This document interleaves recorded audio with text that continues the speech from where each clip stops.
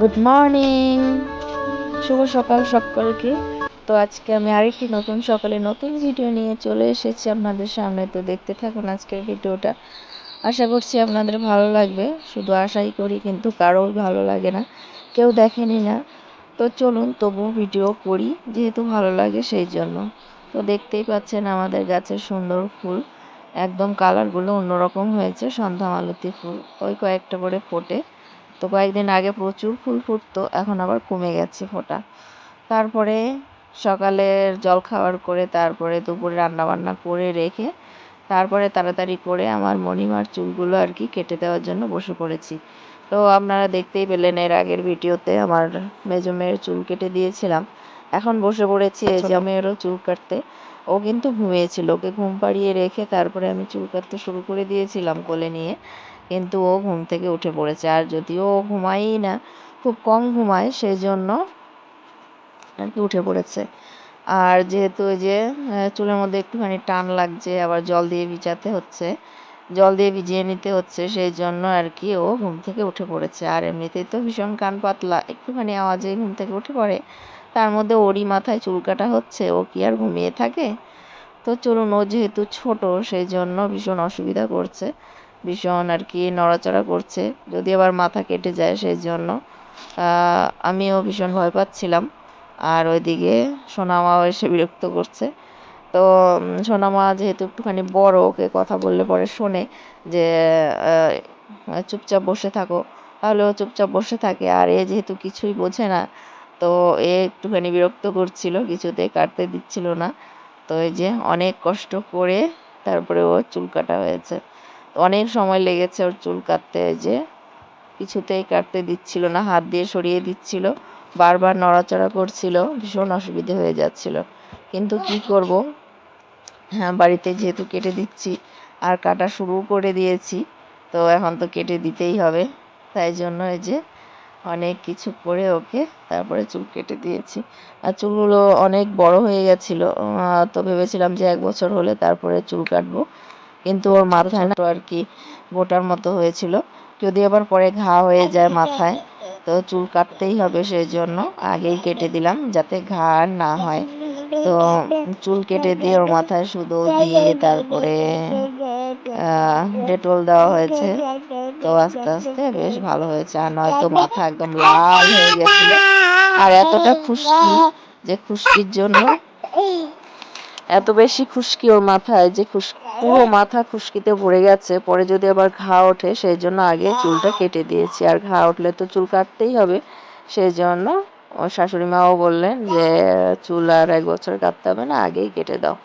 তো সেই জন্য আগেই আর কি কেটে দিলাম, উনি যেহেতু বললেন, তো তাই জন্য চুল কেটে দিয়েছি। তারপরে ভিডিও আর করা হয়নি, ওকে স্নান করানো, খাওয়ানো, ঘুম পাড়ানো, তারপরে আমাদের খাওয়া দাওয়া, সবাইকে খাওয়া দাওয়া দিলাম স্নান করে এসে। যেহেতু আমার গায়ে চুল লেগেছিল সেই জন্য আর কি স্নান করে এসে সবাইকে খাওয়া দাওয়া দিয়ে নিজেও খাওয়া দাওয়া করে তারপর মনীষোনাকে তার আগে স্নান করিয়ে নিয়েছি। তারপরে সংসারে কাজকর্ম আছে, আরও প্রচুর কাজকর্ম করে তারপরে আর সময়ই পাইনি। তো এখন এই যে রাতের বেলা ভাবলাম যে আমার নিজের মাথাটা একটুখানি আঁচড়ে নিই। ওদেরকে তো চুল কেটে দিয়েছি, ওদের তো আর চুল বাঁধার আঁচড়ানোর কোনো সমস্যা নেই, কিন্তু আমার চুল যে একদম জট পাকিয়ে যাবে নয়তো, যে কটা চুল রয়েছে। কারণ ওই সারাদিনের সময়ই পাই না, চুল বাঁধতেও পারি না। তো এই রাতের বেলা করেই আমি মাথা আঁচড়াই বেশিরভাগ, কোনো দিন। তো বন্ধুরা, মনীষোনা হওয়ার পরে আমার চুল কিন্তু অনেক ঝরে পড়ে গেছিলো। এখন আবার দেখুন কত ছোট ছোট চুল এই যে সামনের দিকে গজিয়ে উঠেছে। তো এই যে সামনের দিকে প্রচুর ছোট ছোট চুল হয়েছে। তো দেখুন, আর চুলগুলো একদম এলোমেলো হয়ে থাকে, পাগলের মতো লাগে, একদম সমান হয়ে থাকে না আর কি, মাথা আঁচড়ালেও কীরকম উড়ে উড়ে থাকে, যেহেতু ছোট এই চুলগুলো। তো অনেকে ভাববে যে চুলগুলো হয়তো আমি কেটেছি, কিন্তু এগুলো কিন্তু এই হচ্ছে ব্যাপার। তারপরে এটা হচ্ছে পরের দিন, 2-3 দিন পরে। আমি যেহেতু কন্টিনিউ প্রত্যেক দিনের ভিডিও করতেই পারি না, কারণ এই যে আমার 3 মেয়েকে নিয়ে তো প্রচুর কাজ সংসারের, কি করব, সামলে উঠতে পারি না। সেই জন্য প্রত্যেক দিনের পরপর ভিডিওগুলো আমার করাই হয় না। কেউ যদি ভিডিও করে দেয় তাও হয়, কিন্তু ওই যে নিজে মোবাইল কোথায় রাখবো, তা ঠিকভাবে রাখতে হয়, রেখে তারপরে আর কি ভিডিও করতে হয়। আর আমি ওকে রেখে তাড়াতাড়ি করে মানে আধা ঘন্টার কাজ 10 থেকে 15 মিনিটের মধ্যে করে আসতে হয়। সেই জন্য ওই মোবাইল সেট করতে গেলে তো আরও বেশি সময় লাগবে, সেই জন্য আমি আর মোবাইল সেট করে কাজগুলো করতেই পারি না। তো তাই জন্য পরপর ভিডিওগুলো করাও হয় না। তো কি আর করবো বন্ধুরা, এভাবেই আর কি একটুখানি দেখুন। তো পরের দিনের ভিডিও, তো সারা রাত্রি 2-3 দিন পরে আর কি আমার মনীষোনার প্রচণ্ড জ্বর এসেছিল হঠাৎ করে। সারাদিন একদম ভালো, যখন রাতে ঘুমোয় তখনও ভালো, 11টা 12টার দিকে যখন ঘুমায় তখনও একদম ভালো ছিল, সুস্থ ছিল। কিন্তু রাত্রি 1:30-2টোর সময় প্রচণ্ড জ্বর, একদম ওর গায়ে হাতই দেওয়া যাচ্ছে না, আর কান্নাকাটি করছে। তারপরে ঘরে ওষুধ ছিল, সেই ওষুধ ওকে খাইয়ে দিয়েছি, দিয়ে তারপরে ওকে নিয়ে আর কি বসেই ছিলাম। ও কিন্তু বিছানায় শুচ্ছিল না, সেই জন্য ওকে নিয়ে সারা রাত্রি বসেই ছিলাম। তো যখন সকাল হয়েছে তখন ও একটু ঘুমিয়েছে, মানে জ্বরটা একটু কমেছে, তখন একটুখানি ঘুমিয়েছে। আর 3-4 দিন ধরে ওর কিন্তু জ্বর ছিলই।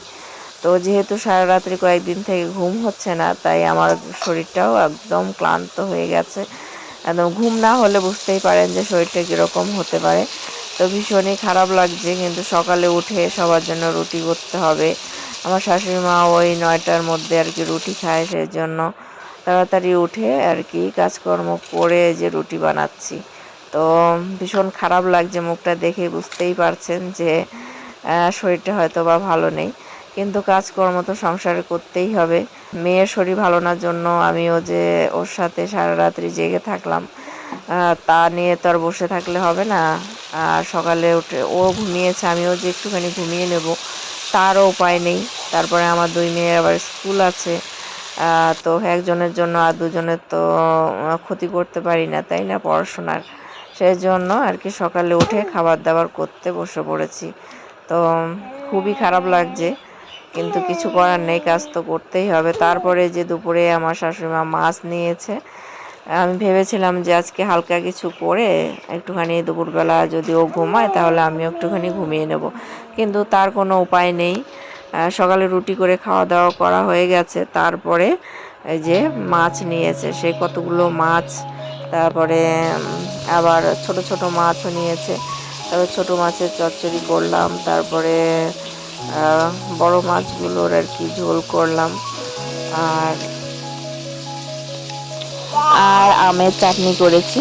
তো এই দিয়ে দুপুরের খাওয়া দাওয়া হয়েছে, সবাইকে খাবার দাবার দিয়ে তারপরে আবার এদিকে কতগুলো আমার শাশুড়ি মা কতগুলো কলা এনে রেখেছে, সেই কলাগুলো দিয়ে নাকি কলার বড়া খাবে। তো 2-3 দিন হয়ে গেল আমি সময় পাচ্ছি না, যেহেতু মনীষোনার শরীর ভালো না, সেজন্য বানাতেও পারছি না। তো নষ্টই হয়ে যাচ্ছিল, তাই আজকে ভাবলাম যে না, আজকে বানিয়ে দিই। তো সেই জন্য দুপুরবেলায় আর কি কলাগুলোকে চালের গুঁড়ো দিয়ে মেখে রেখে দিয়েছিলাম। চালের গুঁড়ো, চিনি আর কলা একসাথে মেখে রেখে দিয়েছিলাম, যে রান্নাটা করে তারপরে আমি বড়াগুলো ভেজে রাখতে পারবো।